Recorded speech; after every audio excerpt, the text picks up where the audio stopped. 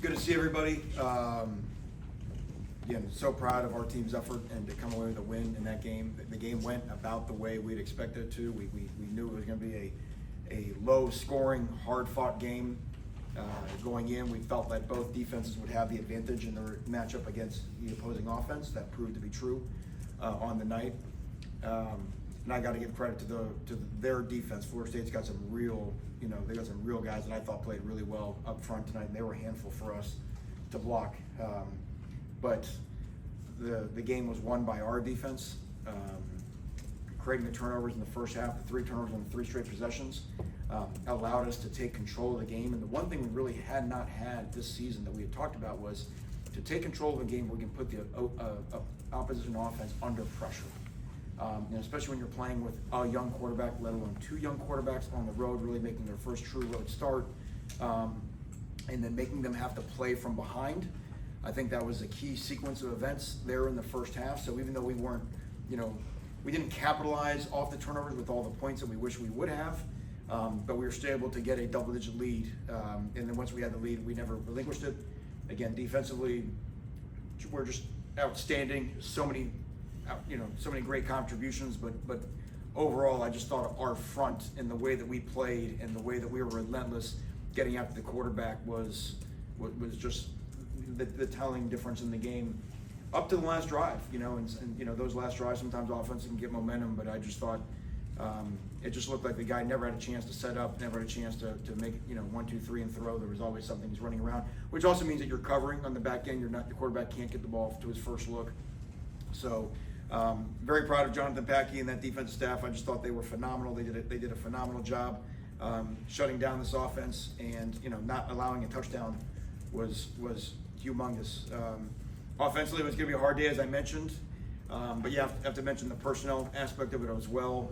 Jordan Moore was very limited in this game, and then not having Nicky Dalmolin midway through the week. Nicky suffered a lower leg injury that's going to force him to miss the rest of the season, and that's one of our best players. So really, it felt like we were playing without 3 of our best players on offense today, without Jordan, Jaquez, and Nicky. So a credit to the guys that played, credit to Star Thomas for grinding out every yard that he did, because we needed all of them. And the one thing I will say about our offense, and I believe this is true, is that when the kickoff return, which was very disappointing that we allowed to start the 3rd quarter, we came back and we answered with a field goal drive, which was a big deal. And I do think when they kicked another field goal in the second half to make it 4, and I'm pretty certain that Star had the long run on that, and we got the kick a field goal again to get it back to 7.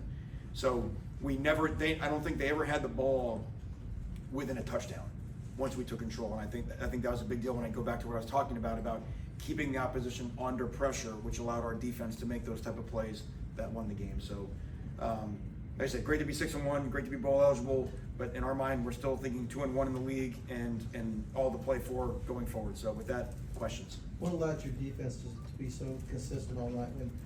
Did they make adjustments? You guys adjusted just along with them, or how did that work? Because usually other teams make adjustments as you're going through. Well, I thought the key is that we were really good against the run. They had a couple of the main run threat was the quarterback, which really had not been something that we had anticipated and expected. But by doing a great job of shutting down the run, look, football's not complicated, right? If you're on the road and you can't run and you've got inexperienced quarterbacks, it's going to be hard. And ultimately, that's what it was. And they've got a good staff that's got great ideas and they're well schemed up. But again, it's hard. They just can't establish a run. It's just difficult to expect a young quarterback to come out and do a lot down the field and getting those turnovers, early on a QB run, on the P and 10, on the sort of the screen and go or whatever it was. I thought that was huge. As good as your defense has been throughout the season, you guys really hadn't generated too many turnovers. Right. Was that a key focus for you during the bye week? Well, not so much during the bye week. I mean, we focus on it every week, of course, as you would imagine. Sure. But what we did feel like it would be telling in this game because, I think FSU was 80th in the country and turnovers surrendered. So we did feel like it was a little bit of a weakness for them. But turnovers happen. The formula to me has never been complicated. Again, if you do a great job versus the run and make quarterbacks have to throw when they have to throw, that's usually when bad things happen. But we had some unusual ones today. Like I said, Ozzie Nicholas with an amazing knock on the ball and a QB to get it out. And I think it was Christian Roy that forced one in the fourth quarter that Preston Watson recovered. So just a lot of great contributions. I mean, it feels like there's so many guys on our defense we could talk about that had standout performances today. You mentioned the response to the kickoff return of the game in the second half. Can you elaborate on that a little bit? What was the message on the sideline? How was your team able to sort of hit reset after that? I think that's just what our guys do so well. I mean, they just play. They don't panic. And I think that was one of the great things, even after the game, just talking to our players in the locker room. I really think they expected to win.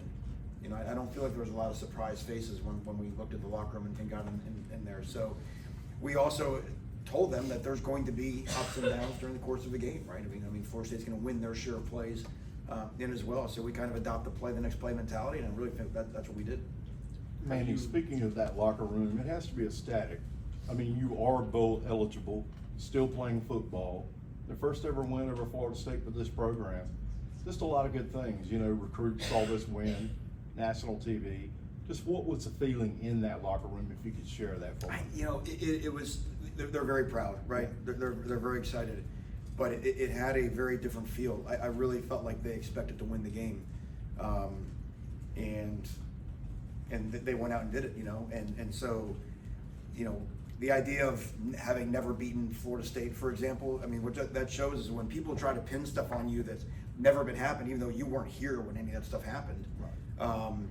And that shows there's so many ways that we just tell ourselves stories that just limit what we think we can accomplish. And those guys down there, they don't believe any of that stuff. They don't care about what happened, when it happened, whatever. They believe that they can do whatever. And I keep making this point too, and everybody had credit for tonight's win. That's 15-2, Duke's record at home the last 3 years now. And I don't know where that ranks in the league or where that ranks, whatever, but Wallace Wade is a hard place for an opposing team to come win. That's just what the facts say. And our players, they believe that. They feel great playing at home. We got a big time opponent coming in next week.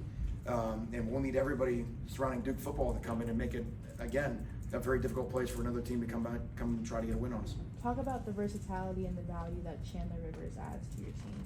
Yeah, Chan does so many great things for us, and it was so great to see. You know, that ball on our sideline, he was in great coverage position. You know, you wonder sometimes, can the DB get his eyes back, because you felt like, oh man, this ball's in harm's way. Is he going to see it in time?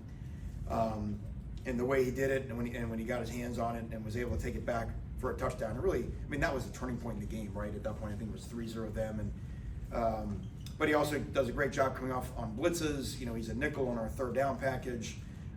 There's just so many ways that he can contribute to winning, and but the biggest thing is that we've got to be great at man coverage to make quarterbacks hold on to the ball, so our defensive line can get the 6 sacks that they had tonight. So again, there's a lot of ways to affect the game, even if it's not on the stat sheet, because we don't get those sacks without the quarterback having to hold on to the football, and Chan and the rest of the DBs are a big part of that. Can you just speak on the momentum plays that you all had throughout the game? I think there was 4 straight possessions where, out of the 4 possessions, there were 3 turnovers straight, 2 interceptions, and I think a fumble recovery for Duke.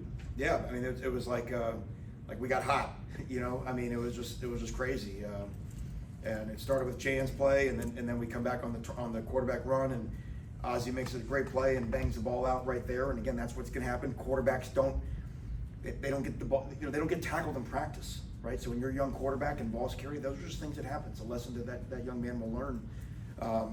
But then the P&10 interception by Ozzie, the next drive was just, and it wasn't just the turnovers, it was where they were occurring on the field.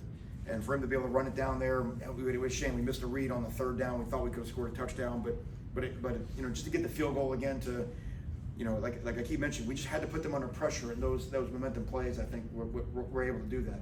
Manny, We got time for 2 more. do you pressure a young quarterback any differently than you pressure somebody like Haynes King that you saw a couple weeks ago? Well, there's such different styles of offense, you know. I'm just trying to think back. I mean, a lot of the pressures that you saw were not necessarily blitzes. You know, I mean, like I said, the way you affect any quarterback is that you have to take them off the first look. You got to make them hold on the ball. So whether you're blitzing or not blitzing, you know, then someone's got a chance to win on pass rush. And that's what it felt like happened to me. I just thought we did a great job holding up in coverage, whether it was zone or man. And then again, guys were just winning one-on-ones on the inside. College kickers can be a little bit all over the place sometimes, but Todd feels as consistent as they come.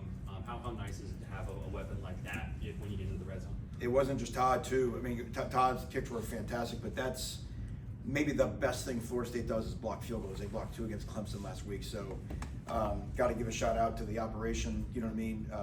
You know, and the protection guys. I mean, that was an 11-man job to see that ball go through the pipes, and in a game like this, we needed every point, right? It was gonna be a race to 20 or 24, and that's what we felt during the week. Let's just find 24 points, and that would probably be enough to win the game. How can your offense get off to a faster start next weekend? Well, when you finish with 180 yards of offense or whatever, to me that's not about a faster start. Like I'm saying, like sometimes football's complicated, sometimes pretty simple. Like those guys were hard to block, and so as we mentioned, they played press man. It was hard to get open on guys. As I mentioned, we're without some of our top players in that situation, so they were going to deny a lot of the RPO game. They're going to sit there and say, hey, hand the ball off, and they're going to play over top of our receivers, and they're tough to hand the ball off against. We had some matchups that they gave us fits on, so we'll learn from it. We'll move on, and like I said, the most important stat is the win. 6 wins in the win column. That's all we're trying to do is lead the nation in wins on offense and defense. Congrats. All right, thank you all. Thanks, Coach.